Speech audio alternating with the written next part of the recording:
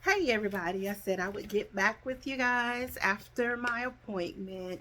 So I'm going to go through this. I'm going to try to not have it so long. Um, and just kind of briefly go through some of the things that was going on, that went on at my appointment. So basically, of course, when I got there, when I did my first one, I went through all my signing of my paperwork and things of that nature. And then I had to take a test after all of that to see if I understood and got the gist of everything that was going on. So we did that first. And then I went in. I went in for my weigh-in, which I was like, because I have not gotten back down to the original weight that I was when I initially saw him. However, after talking to the nurse and she relayed to him everything that I said, he was like, we're going to still move forward in it because we're not going to just not do it for these couple of pounds that I have not yet lost. So basically, I was given my pre-op surgery instructions, which includes going on a full liquid diet and basically, before I get into this, what my doctor has, the instructions my doctor has provided for me may not be what someone else may have. It may be similar, but it's most likely it's not going to be identical. Just wanted to give that disclaimer. And I'm giving this information based on my particular case. Okay, so I'll have to start my full liquid diet on the 29th and the 30th, and that full liquid diet includes protein shakes, water, Crystal Light, low sodium broth, my best friend sugar-free popsicles, my other best friend sugar-free chocolate pudding. Those constitute the liquid diet, which is basically what I'm doing now. I'm not on a full liquid diet right now. I'm on basically a predominantly liquid diet, but I do eat some meat. And I did that because, and I think I said in the previous one I did, I have fatty liver syndrome, which means my liver is slightly enlarged. Like 90, probably 98% of the people in the world have fatty liver syndrome based on how we eat. Anywho, I started doing a pre-op diet so that I could reduce the size of my liver, and that way they won't have to, either won't have to move it, period, or won't have to move it so much. They won't have to mess with my liver too much. So that has helped me to drop some of the weight that I needed to drop. So I'm already on a partial liquid diet, but starting the 29th and the 30th, I will need to go on a full liquid diet. And then by midnight, I am not to have anything by mouth because my surgery is scheduled for May the 1st. I still have one pre-op procedure that I need to get done, which will be done that's scheduled for April the 10th, which is my colonoscopy.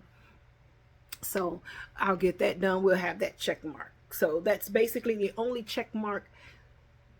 That's one of the two check marks that have not been done.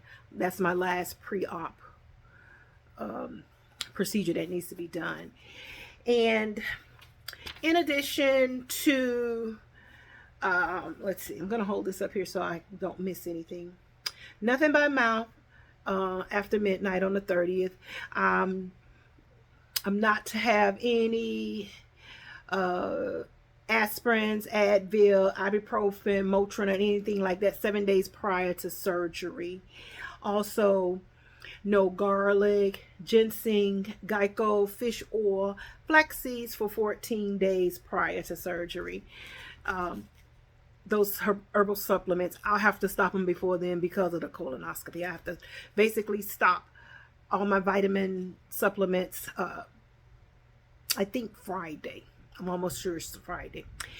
And I'm to continue with my 30 gram low carb diet. But once again, I'm doing a partial liquid diet to, like I said, help to reduce the size of my liver. And they tell you sleep in a sleep in freshly washed clothes and bedding the night before surgery. So the night before surgery, I've got to bathe in have a cleanse from here on down, wash neck on down, and a regular shampoo your head on your head and hair. But don't put it on your private parts. The hyper cleanse. Okay? That's the antibacterial. The surgical, it's basically surgical soap that most times if you're going to have surgery, they prescribe that. But it's like neck on down, minus the private parts. Okay? So, and freshly washed clothes and bedding the night before. So that means not no clothes that I washed the Sunday before, which is when I tend to wash. Well, I do. It'll be okay because I go to wash on Sundays anyways. So I will have freshly washed clothes to sleep in, not the ones from the Sunday prior. So we'll be good on that. And then it'll be time to wash my linen too. So we'll be good on that. And then because I was previously diagnosed with sleep apnea, I have to bring my CPAP machine. And I'll need a ride home from the hospital as well as a ride to the hospital. And the only medication I'll have to take would be my blood pressure medicine. And let's see what else. I also got the information that I need for pre-admission for the hospital testing, so I can get clearance. What it says, in order to obtain hospital clearance, I've got to get this done. So basically, that's going to be some additional blood work, your basic, basic metabolic panel. So I think they're gonna see what your baseline is, so they'll know again what to monitor. They'll know your baseline, so if anything changes during surgery, they can get it back up to where it was. And I've got to have a EKG, because you know they are always going to monitor your heart. And then I also have to do a at-home COVID test, and then take a picture of my results and email that to them. That's done like 3 days before the surgery. Is it 4 days? It's done on they say Wednesday the 26th. So that's like 4 days before the surgery. And the hospital doesn't now require you to come there to have the COVID test done, even though they were questioning it when I called. And I was like, well, according to the order that I have, it's done at home. And I provide them with a picture of my test results. And fortunately, I have at-home tests, because, you know, when they were providing you with those tests that you could get, I got some. Even though I was taking my immunity defense supplements.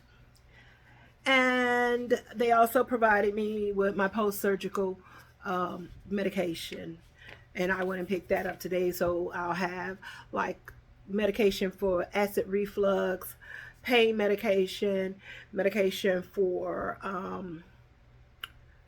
pain and nausea. Yes. And also my post-surgery diet, which is after surgery, full liquid diet. And basically, like I said, I'm already on a partial liquid diet. So now that just will just mean I won't be able to have any meat. So my protein shakes, my water, my Crystal Light, my pudding. Is pudding on there? No. No. Low sodium broth, decaf herbal tea. So the goal is 80 grams of proteins daily, along with 64 ounces of total fluids. That's your total fluids for the day, daily. And then, of course, your vitamins. They recommend you getting chewable vitamins and bariatric kind. I had the bariatric kind in my Amazon cart waiting because I didn't want to order them too early, and went back to look because of course they're not covered under my flex spending account. But anyway, went look and it said currently not available. So hopefully by the end of the month they are available and I can order them and have them by the time I get out of surgery. And let's see. They, of course, they said the chewable biotin and papaya enzyme. And then after 10 days of being on the liquid diet, I'll transition into the puree or the soft diet. And that includes non-fat Greek yogurt, Too Good kind, which is a kind that I've tried. I've been kind of trying different types now, so I can decide what kind I like and what I don't. And it says flavored yogurts like with cinnamon, vanilla, extract, and Crystal Light mix. So they're saying that's what you put in that plain yogurt. I rather just, it kind of tastes like sour cream because you can't add any fruits or anything like that in it. So if you're getting it plain, they're just telling you how to kind of give it a little bit of flavor. Light cottage cheese without the fruit.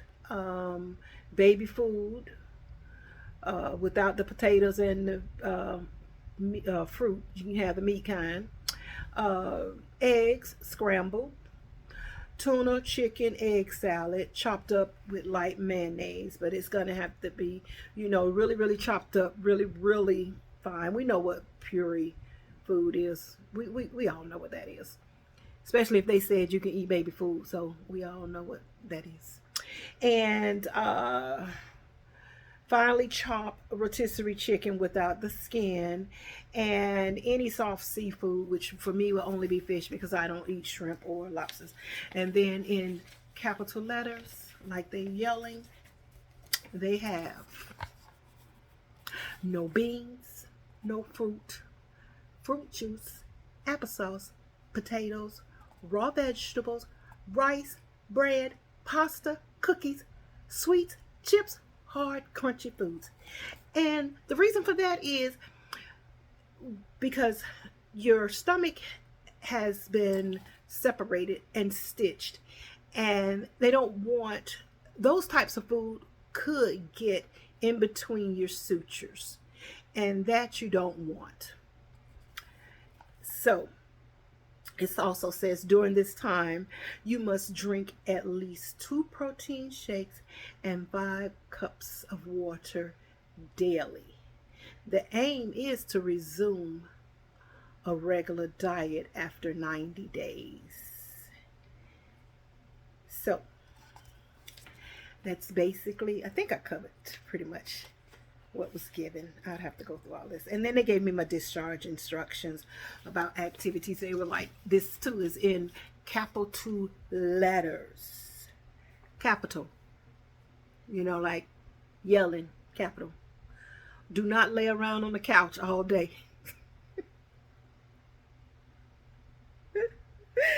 You should be sitting in an upright position most of the day. This is in capital letters. Also, get up and walk around every 2 hours, gradually increasing to 30 minutes. And that's to keep your blood flowing, because they don't want you to develop blood clots. Also, it says a maximum of 8 hours sleep at night and no longer than an hour nap.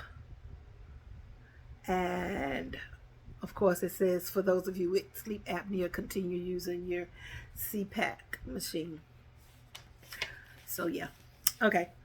And let's see, and that would be something, like I say, he explained that I would have to bring that to the hospital with me, and I would have to be the one to set it up. And while I'm in the hospital, after I fully wake up, because he went over all the different things in it. He was, not only is he a surgeon, he is also an artist, because he drew a picture of a diagram basically of what he would do, what it would look like on the outside. There's like 5 different small incisions that they do. And then he went in and did for the inside, where he drew the stomach and the intestines and how he would go in and cut it, and the sutures and different things. He said it's the size of, it's about the size of my thumb. And I said, I'm glad it's the size of his thumb instead of my thumb, because his thumb is larger than mine.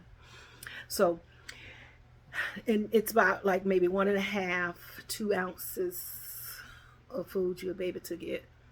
So I already have some little bariatric containers that once I transition to the different types of food, I'll have that.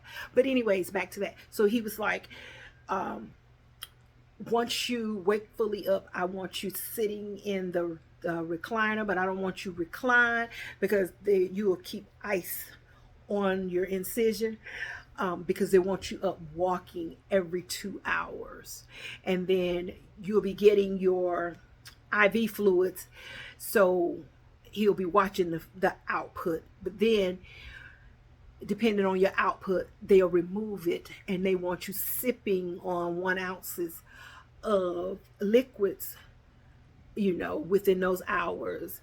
And he'll give me more in-depth information that day. So that will be, depending on whether you get up and go pee, will determine whether or not you get released from the hospital. His goal is to get you in and out. He don't want you in that hospital no longer than a day. He just, that's just not his thing, unless there's something wrong. Other than that, he just does not want his patients in the hospital. I don't want to misquote him, but you know how you have that relationship, that rapport with your surgeon or your doctor, and you know what they're implying. So basically, being in a hospital longer than what you need, you run the risk of getting other things. If there's no need for you to be in the hospital, he don't want you in the hospital no longer than you need to be in there. So it is encouraged that you get up and walk every 2 hours. And I told him, I said, look, it's been a long time. It's been 38 years ago. 39, well 38 right now, because my son hasn't turned 39. I had 3 C-sections. I did the same thing. I got up and walked. I had my other surgeries. So I know to get up and walk. And this is something that I'm doing for my health, for weight management, but basically health management. And I've done my research. I've prayed on it. I'm excited about this. I know what I need to do, and I plan to do what I need to do in order to make sure that I come out of this like I'm going in, except a smaller stomach. This is a lifetime change.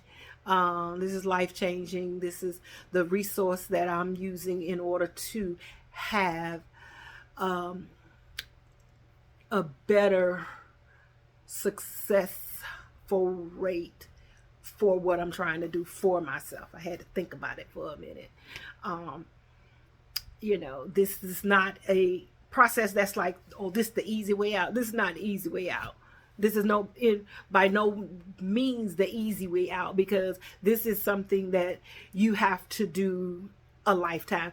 I will take vitamins for the rest of my life, which I probably would have been taking the vitamins for the rest of my life anyways, because I've been taking vitamins probably for the last 7 years maybe. And you can't, some of the things that you have to do, you can't eat and drink at the same time. I've always done that my life. So that part is nothing new.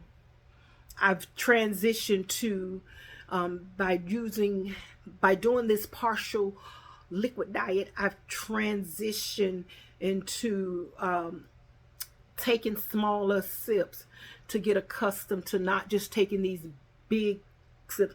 I used to get my water. When I get thirsty, I just turn it up. Now I do. Teaching myself to take smaller sips because that is going to be something that I have to do until everything heals. But your body will let you know. It will let you know when you not doing something right. But this has gone on for about 20 minutes now, and y'all probably not stop looking at it. But anyways, I wanted to give y'all an update. I'm very excited. I'm so excited for this new part in my life. So I thank you all for all the support that you've given me, and I'll give you another update maybe the day that I go in for surgery. I can't promise, but I may. Okay,